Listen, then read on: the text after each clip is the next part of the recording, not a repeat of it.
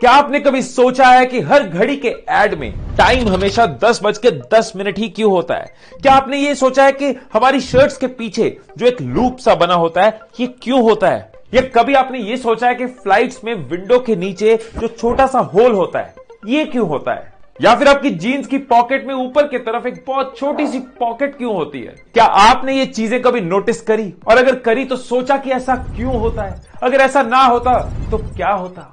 आज की ये वीडियो आपकी ऑब्जर्वेशन स्किल्स, आपके माइंड की पावर, आपकी नॉलेज को इंक्रीज करेगा, आपकी लाइफ में एक बहुत बड़ा चेंज लेके आएगा। शेरलॉक होम्स की तरह आप भी छोटी छोटी चीजों से बड़े बड़े नॉलेज के बाइट्स ले पाओगे, क्योंकि आज आपको इस वीडियो के एंड में ये चारों सवालों के जवाब तो मिलेगा, लेकिन साथ में मैं शेयर कर रहा हूं 3L फॉर्मूला जो 100 बुक्स पढ़ने की पावर के बराबर नॉलेज आपको दे सकता है। पहला L, लुक। दोस्तों कहते हैं ना कि एक तस्वीर हजारों शब्द बयान कर देती है। सोचो एक कैमरा से ली जाने वाली तस्वीर अगर हजारों शब्द अगर इतना कुछ बयान कर सकती है तो दुनिया के सबसे एडवांस्ड, सबसे एक्स्ट्राऑर्डिनरी कैमरा यानी कि हमारी आंखों से हम कितना कुछ कर सकते हैं। इससे ली हुई तस्वीरों से हम कितना कुछ सीख सकते हैं। दोस्तों हम ट्रेन कोचेस, स्पीकर्स या ट्रेनर्स कैसे अपनी बात को इफेक्टिवली ऑडियंस तक पहुंचा पाते हैं? जब कोई क्वेश्चन पूछता है तो इफेक्टिवली कैसे उसको रिप्लाई कर पाते हैं? क्योंकि हम सिर्फ देखते नहीं है, ऑब्जर्व करते हैं।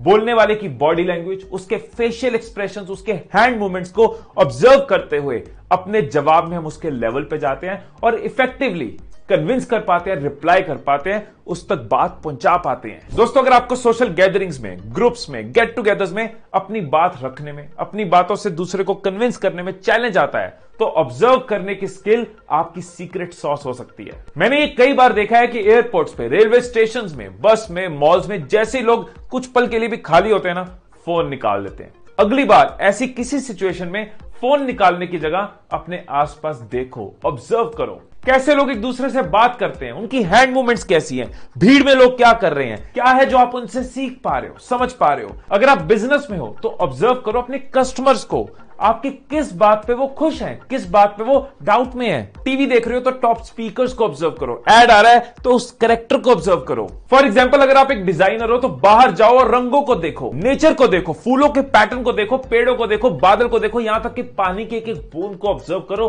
उसमें भी एक डिजाइन है। दोस्तों बहुत कुछ अनलिमिटेड चीजें सीखने को मिलती हैं हमें आसपास के एनवायरमेंट से। एक बार जानबूझ के ऑब्जर्व कर करके अपने माइंड को ऑब्जर्व करने की आदत डाल दो, फिर आपकी कम्युनिकेशन से लेके ह्यूमन साइकोलॉजी तक, क्रिटिकल थिंकिंग से लेके ब्रेन की पावर तक सब कुछ इंप्रूव करेगा, इंक्रीज करेगा। हाँ, जब लोगों को ऑब्जर्व कर रहे हो याद रखना घूरना नहीं है, ऑब्जर्व करना है। Number 2, listen. हम सबको स्कूल की फर्स्ट क्लास में यह सिखा दिया गया कि 5 सेंस ऑर्गन्स होते हैं, जिसमें से एक सेंस ऑर्गन हमारे कान है, हमारे ईयर्स हैं। थर्ड क्लास में डिटेल में समझाया गया कैसे कान इतना इंपॉर्टेंट काम करते हैं, हियरिंग। लेकिन उससे भी इंपॉर्टेंट चीज जो स्कूल में कभी सिखाई नहीं गई वो है लिसनिंग, जो सिर्फ कानों से नहीं होती, कानों के साथ हमारा दिल और दिमाग जब इन्वॉल्व होता है तो हियरिंग बन जाती है लिसनिंग। देखो हम सबकी सोच का ना एक दायरा होता है जो हमारे पास्ट, हमारे इवेंट्स, हमारे एक्सपीरियंसेस, इंसिडेंट्स, आइडियाज, व्यूज उन सब के साथ भरा होता है। इस दायरे को अगर बड़ा करना है तो एक ही तरीका है, दूसरे के दायरे को भी समझना, उनसे भी सीखना।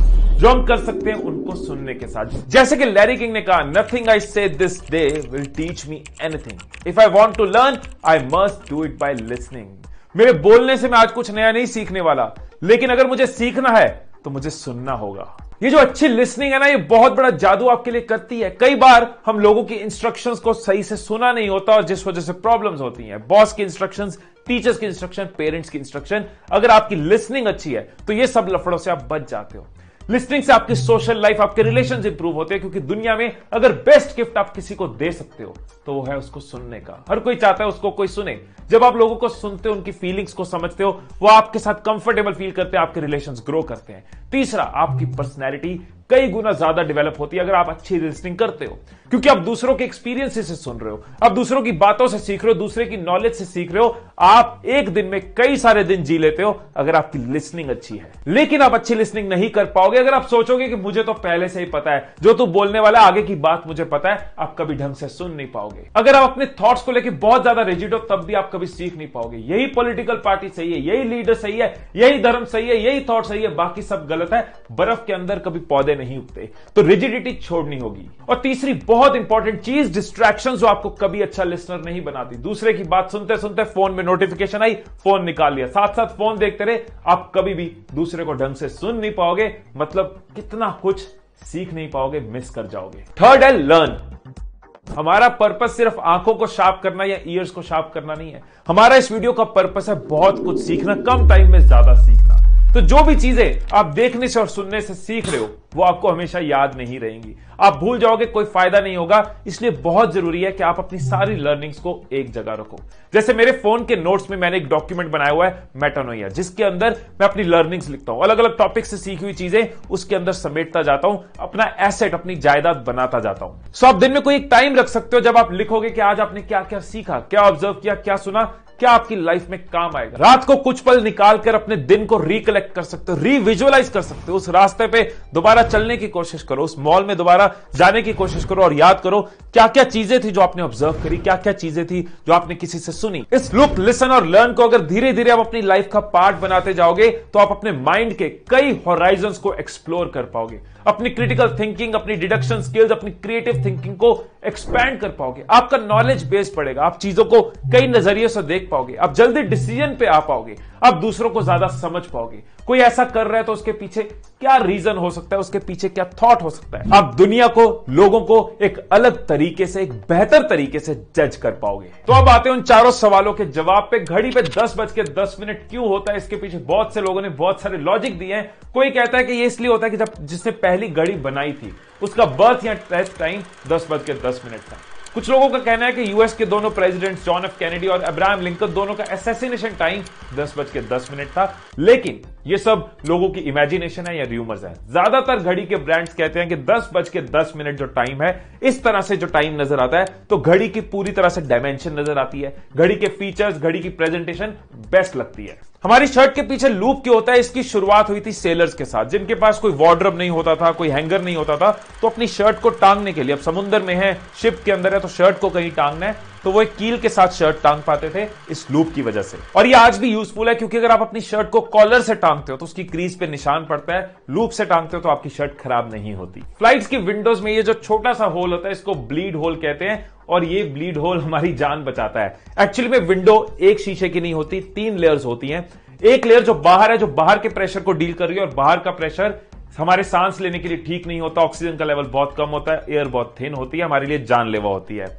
और अंदर का शीशा जो है वो इनर प्रेशर के साथ डील कर रहा है। तो ये विंडो पेन्स एयर प्रेशर बनाए रखे, अंदर और बाहर के प्रेशर का लोचा ना हो, इसलिए ब्लीड होल होता है। जीन्स के ऊपर ये छोटी सी पॉकेट क्यों होती है, शायद आपको ना पता हो। जीन्स पहनने की शुरुआत करी थी काउबॉयज ने, और वो अपने पास रखते थे एक पॉकेट वॉच।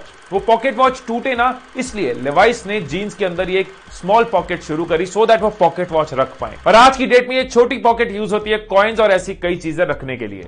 इस वीडियो से आप अपने साथ क्या क्या लेके जा रहे हैं मुझे कमेंट्स में जरूर बताना। और अगर आप मेरी तरह यूट्यूब पे ग्रो करना चाहते हैं, एक डिजिटल एंटरप्रेन्योर बनना चाहते हैं, तो नीचे डिस्क्रिप्शन में आपको एक लिंक मिलेगा जिसके अंदर एक मेरी फ्री मास्टर क्लास है। उसके अलावा मेरे यूट्यूब ट्रेनिंग प्रोग्राम की पूरी डिटेल है, उस कम्युनिटी की पूरी डिटेल है, आप उसको चेक कर सकते हैं और एनरोल कर सकते हैं। फिर मिलेंगे अगली वीडियो में, तब तक खुश रहिए, खुशियां बांटते रहिए। I love you all.